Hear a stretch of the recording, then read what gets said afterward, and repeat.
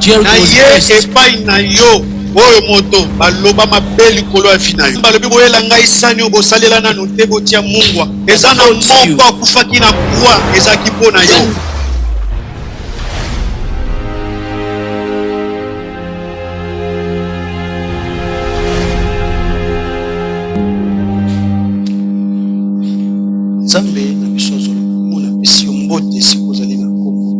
God be praised. I greet you where you are by the name of Jesus Christ, our Lord.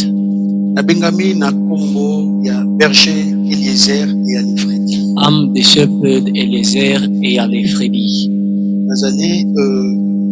Pasteur responsable de la communauté des élus de Dieu. I'm a pastor in charge of the church, the chosen of God. Lelo na ngolo ya Nzambe na lingina lobelo komokwa moke likolo ya nguya ya liloba. Today I'd like to talk something interesting on the powerfulness of the word. Na koloba likolo ya maloba oyo eza prononcé na moto oyo azali ya compagnie na pouvoir moko spirituel. I'll talk of the words spoken by a man who has got the power of the word of God. Église ya Seigneur, peuple de Dieu, nalingi oyoka très bien makambo basi. People of God, I would like you to follow very well what I would like to say right now. Tomoni bato mosusu na kati ya mokili azo vivre azo kuta na ba complication makasi na vie na ye. Pourquoi? Parce que bato moko baloba mabe likolo ya vie. We can meet people in the world who are suffering just because many people said bad things or cursed him. Ebele baza na emprise ya diable. Many people are under the grip of the devil. Eza na bato ebele mosusu azoloba na kota ndako nganga te na yiba eloko ya moto te, mais qu'est-ce qui ne va pas na vie? Other people say that I didn't go to the sorcerer, I didn't do anything so that I can deserve what I'm deserving right now. Pe azolela oza ko mituna nzoka de fois eza yote batata to bakoko na yo barrière parent baloba maloba moko likolo na bino pele bota. Sometimes you are not the source of your own curses. Maybe it's your grandfathers Yango, or your great-grandfathers who said something. Nazozwa makomi na Nzambe na livre ya Joshua. That's why I'm reading the word of God in the book of Joshua. Josué chapitre 6 verset 26. Joshua chapter 6 verse 26. Natangi na kombo na Yesu. I read in the name of Jesus. Ces filles, alors que Josué gira en disant, maudit soit devant l'Éternel l'homme qui s'élèvera pour rebâtir cette ville de Jéricho. At the time Joshua pronounced this solemn oath, cursed before the Lord is the man who undertakes to build this city, Jericho. Il en jettera le fondement au prix de son premier-né et il posera le porte au prix de son plus jeune fils. At the cost of his firstborn son will he lay its foundation, at the cost of his youngest will he set up its gates. Peuple de Dieu, totangi ezali parole écrite. People of God, we've read what is the scripture written. Eza likambo moko elekaki na temps et na époque ya Josué wazalaki serviteur de l'homme de Dieu Moïse. It's a story that happened during the time of Joshua, who was the servant of the Lord. Azalaki pembeni ya un homme de Dieu, un prophète de Dieu puissant. He was near a powerful prophet of the Lord. Asalelaki Nzambe derrière un homme de Dieu bané belé na obéissance na soumission. He served the Lord near a powerful man of God in being obedient and submissive. And he received the grace and he was anointed by God. C'est pourquoi esengo na bana koumela koyekola pembeni ya bato bazwi mandat solo. That's why it is really wonderful to learn from people who really received the mandate from God. Joshua atikali na mosala oyo ezalaki Nzambe apesaki na Moïse pe abandi ko conduire peuple. Now Joshua remained with the work that the Lord gave to Moses, and he kept up leading the people of God bakoma na mboka oyo nzambe alakaki. to reach the city where the Lord promised Mais them. na parcours na bango na nzela kotambola But when they were walking, bakutanaki na baobstacle ebele. they met many obstructions. Bongo moko ya obstacle moko ecreye problème yango nde nalingi koloba ngo sisi. And one of the obstructions that made a problem, it's what I'm Obstacle talking oyo about ebimelaki today. bango ezalaki nde mboka ya Jericho ekangelaki bango nzela. The city of Jericho was the first obstruction which interfered the way. Bazalaki na nzela mosusu ya koleka te. They had no other way to go through. Mais bato ya Jericho baboyi bango baleka. But people of Jericho refused them to go. Soko otangi Walk lisolo by. oyo malamu na ebandeli okocomprendre chapitre 6 c'est très. If you read this story from the beginning, we'll understand the chapter 6 very well. Nzambe ayebisi Josué que bino nyonso na peuple mpe bato membeka botourne ville oyo ya Jericho pendant 6 jours. The Lord said to Joshua, you and the people turn around these cities 7 times. Donc c'est-à-dire bakotourne means- 6 jours mokolo moko basali tour moko It means the 6 days they will simply turn around once, et puis 7e jour bakosala 7 tours ya ville ya Jericho. and the 7th day they will attend the city of Jericho for 7 times. C'est pas facile, It's not easy. c'est pas facile. It's not easy. Baobéir, They obeyed. batourne pendant 6 jours. They turned around during 6 days. Quelle fatigue, What a tiredness. quelle douleur. What a pain. Mpona nini bosali biso boye? Why did you do this to us? Bisika bolekisa biso nzela, Instead of let us go, bokomplike biso boye pourquoi? you complicated us like Bango this. batosi oyo Nzambe ayebisaki bango. They obeyed what the Lord Bible told elobi them. 7e jour, The Bible says the 7th basali day 7 tours. they turned around 7 Na times. 7e tour babandi kokrie. The 7 times they started crying or shouting. Bamir nyonso ya Jericho ekokani. All the walls of Jericho collapsed. Bafrape mboka mobimba. They bet all the city.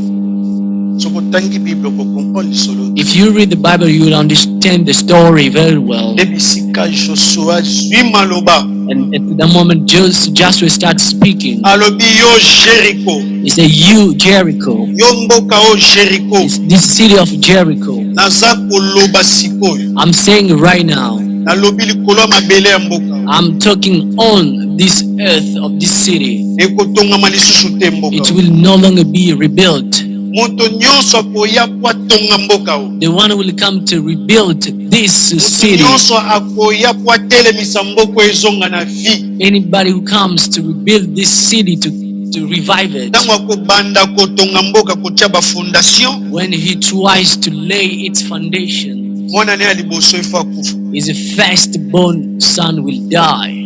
Yoka maloba makasi. Can you listen to these words, strong words? Moto aza na epakolami aprononce maloba. The one who is anointed by God so said an oath. Moto aza na mafuta ya Nzambe aprononce The maloba. one who is anointed by God, you pronounced an oath. Nazo profite koyebisa bato ya Nzambe bosilikaka pamba pamba te. I'm taking profit of telling men of God to not be angry quickly. Pasteur kotombokaka pamba pamba te.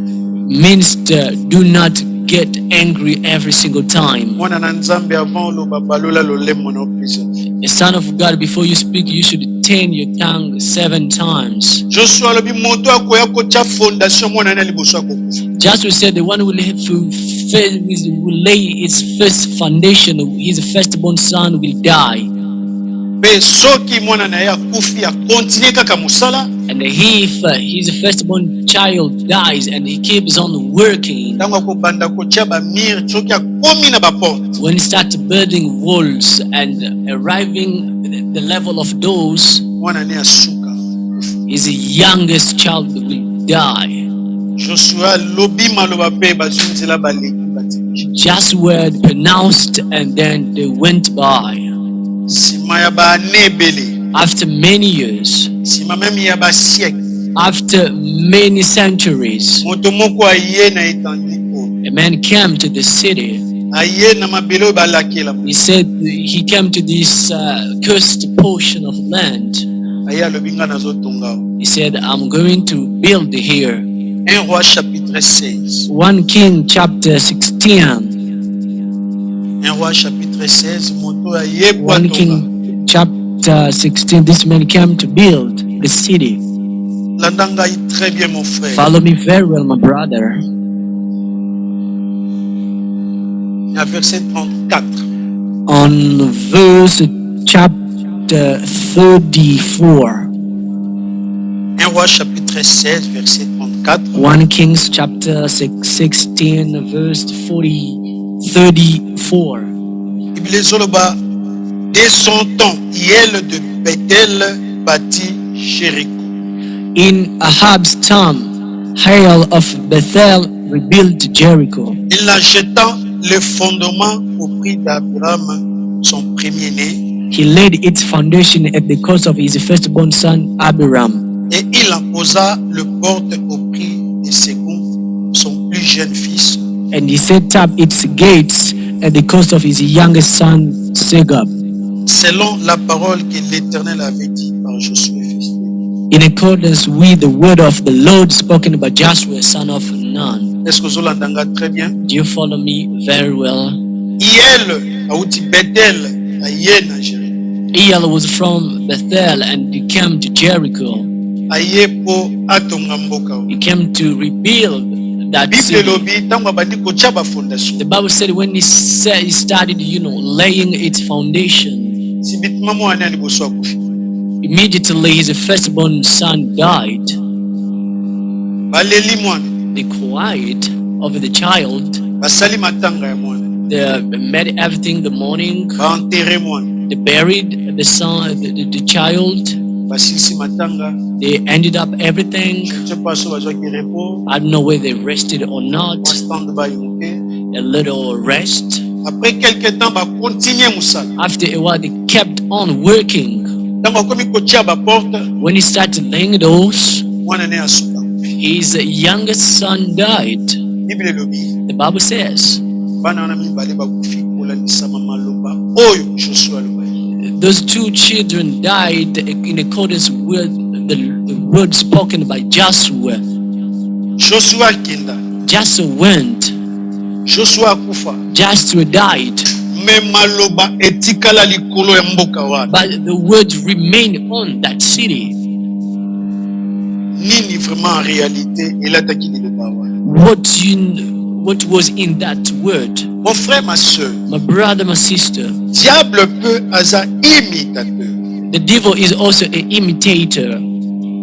Soki nzambe akelaki mokili à travers la parole, If the Lord created the word through the word, la même chose aussi que le diable aza koutiliser kaka liloba mpona kodétruire. the devil also is only using the word to destroy.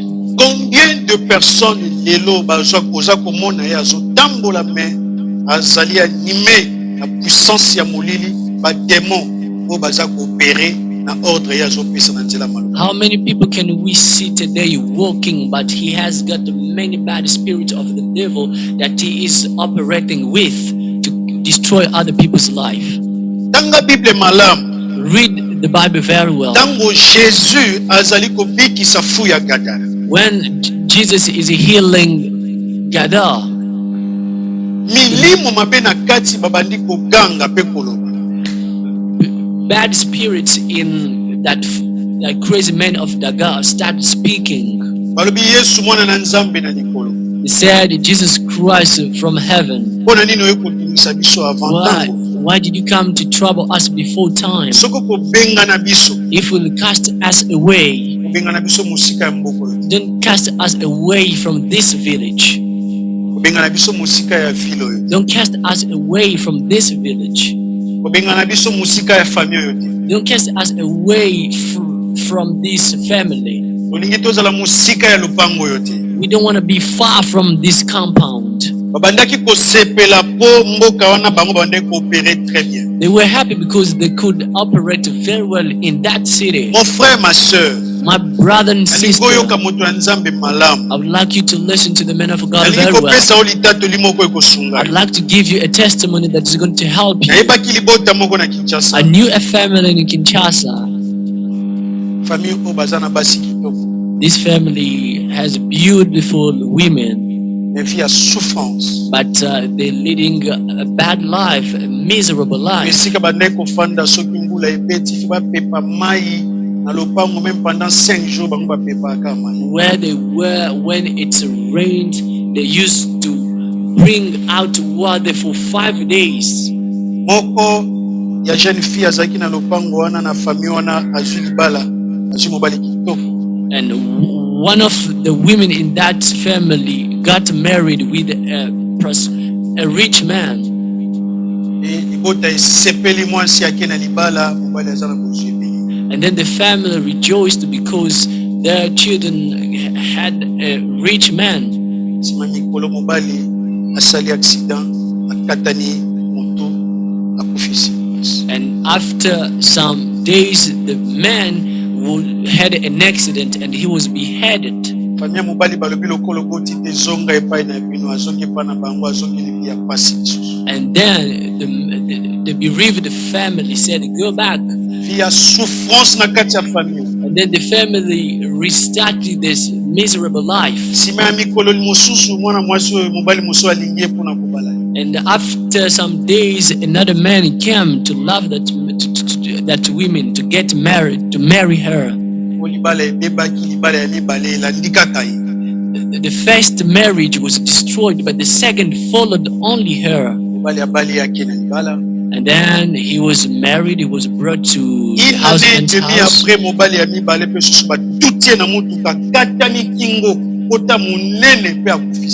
Half a year, the husband died again. He was only beheaded when he had that accident. Do you follow me very well within this testimony? And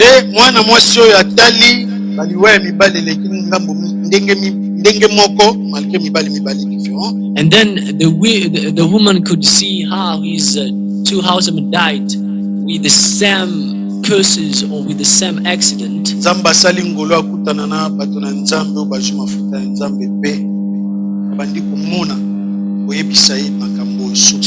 And then God had pity on her to meet only the man of God who could tell her something about her life. Her father, when he was 15, when he was still in the village, he bet his father.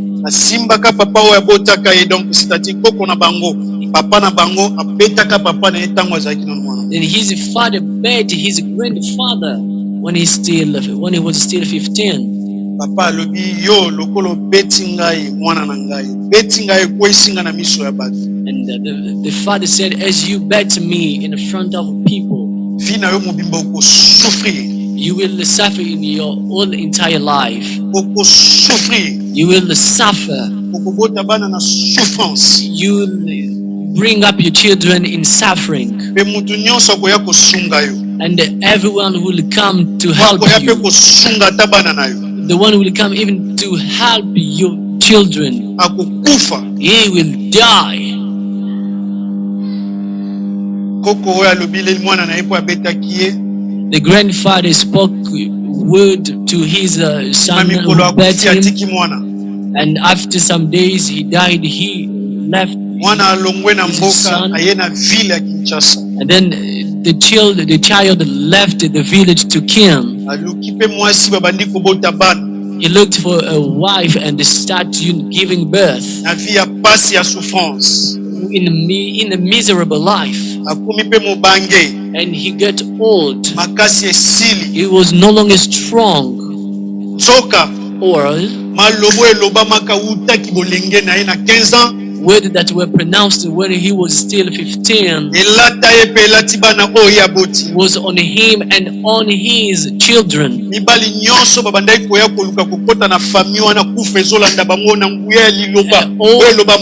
all the men who tried to enter that family died because of the words that were pronounced. Mon frère, ma soeur, my brother and sister, nalingi oyokanga malamu. I would like you to listen to me very well. Naye na kombo na nkolo Yesu I Kristo. came by the name of Jesus Christ. Naye koyebisa yo. I came to tell you, Kotika liloba te soki elobami mabe likolo na yo. do not leave the word if it is bad spoken on you.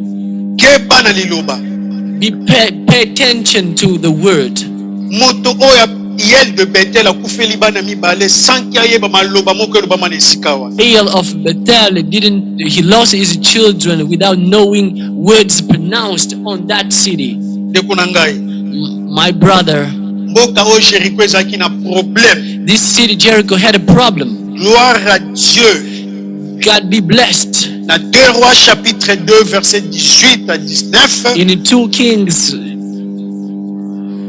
il y avait un homme de Dieu pe yaki na même mboka oyo. in 2 Kings 2 verse 16, there came a man in that city ya Élisée. by the name of Elisha. Élisée ye na Jéricho. Elisha came to Jericho. Bible ezoloba lorsqu'il fut de retour auprès d'Élisée qui était à Jéricho. The Bible says when they came to Elisha, who was in Jericho, Il leur dit, ne vous ai-je pas dit, n'allez pas. he told them, didn't I tell you not to go? Les gens de la ville dirent à Élisée, voici le séjour de la ville est bon, comme le voit mon Seigneur, mais les eaux sont mauvais et le pays est stérile. And then the people saying that, okay, living in that city it is bad, but as you can see, waters and the earth is sterile. Il dit, apportez-moi un blanc neuf et mettez du sel. He said, bring me. Il a dit, apportez-moi un blanc neuf et mettez du sel. Bring me a new plate and put salt on it. And put salt in it. Et il lui apportait. And then they bring it to him. Il alla vers la source de eau. He went near the source of water. Et il jeta du sel et dit, ainsi parle l'Éternel. And he threw salt and said, here says the Lord. J'assassine ces eaux et il ne proviendra plus ni mort ni stérilité. I threw salt here and there will no longer come out sterile, no dead man. Et les eaux furent assainies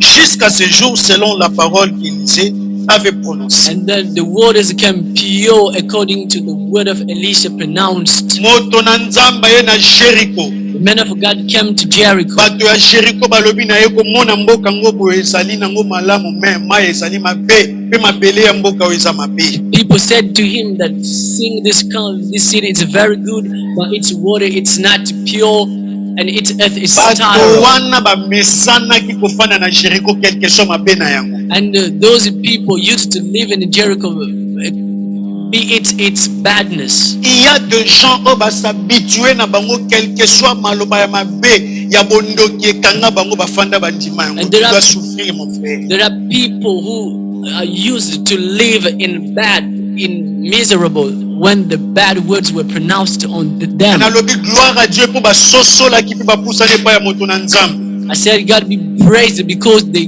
got near where the men of God was. And then the men of God said, bring me a new plate. He took the inspiration of salt and to go to the source.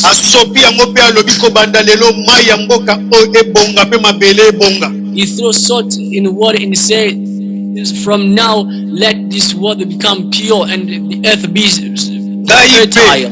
Lokola moto na nzambe na ye liboso na yo nom de Jésus-Christ de Nazareth. As the man of God, I come before you. I can be pure by the name of Jesus. Na ye likola bo moina yo balakela lokola balakela ki Jericho. I came to your love as which is the curse as the city of Jericho was cursed. Na ye epai na yo oyo moto baloba mabe likolo ya fina yo. I come to you. You were pronounced by the oath.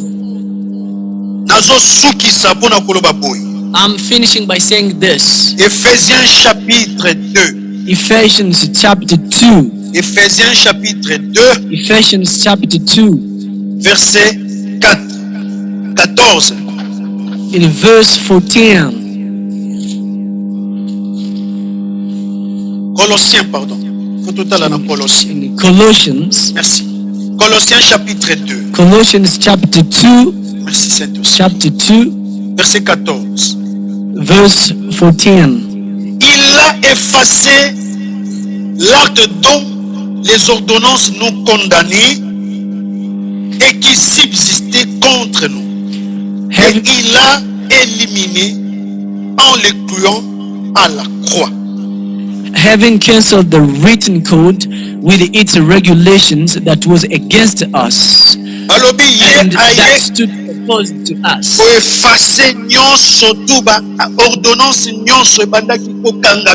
see, he came to cancel all the codes that were tying us. All the curses that were on you.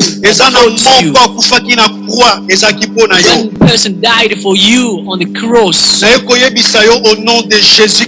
telling you about the name of Jesus the Nazareth of Nazareth.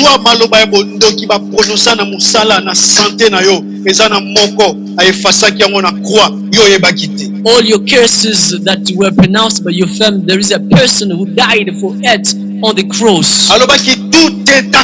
He said everything had been fulfilled.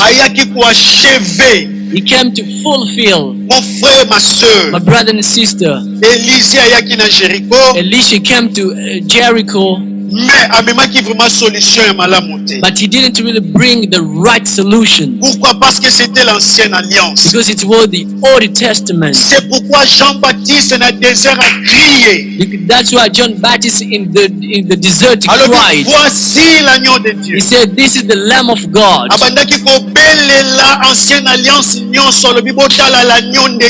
He was calling to the Old Testament and said, "Look at the Lamb of God." The one who has the solution for everything, for your witchcraft, of your family, of all your miserable life. Peter and John told him that we don't have money during a plight. But what we have, by the name of Jesus, I'm giving you Jesus Christ. He is the Savior. Come to me. You all are tired and burdened. I will give you rest. My brother and sister, even though you were cursed,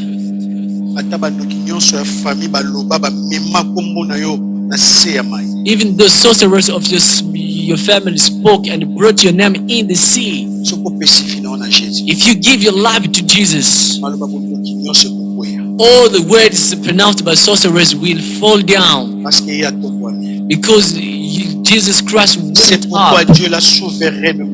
That's why the Lord brought him highly. He gave him the name which is above all names, so that in the name of Jesus all the knees kneel down. If you receive the Lord, you are blessed by the name of Jesus. Let the God of heaven help you and to be saved by the name of Jesus. Amen.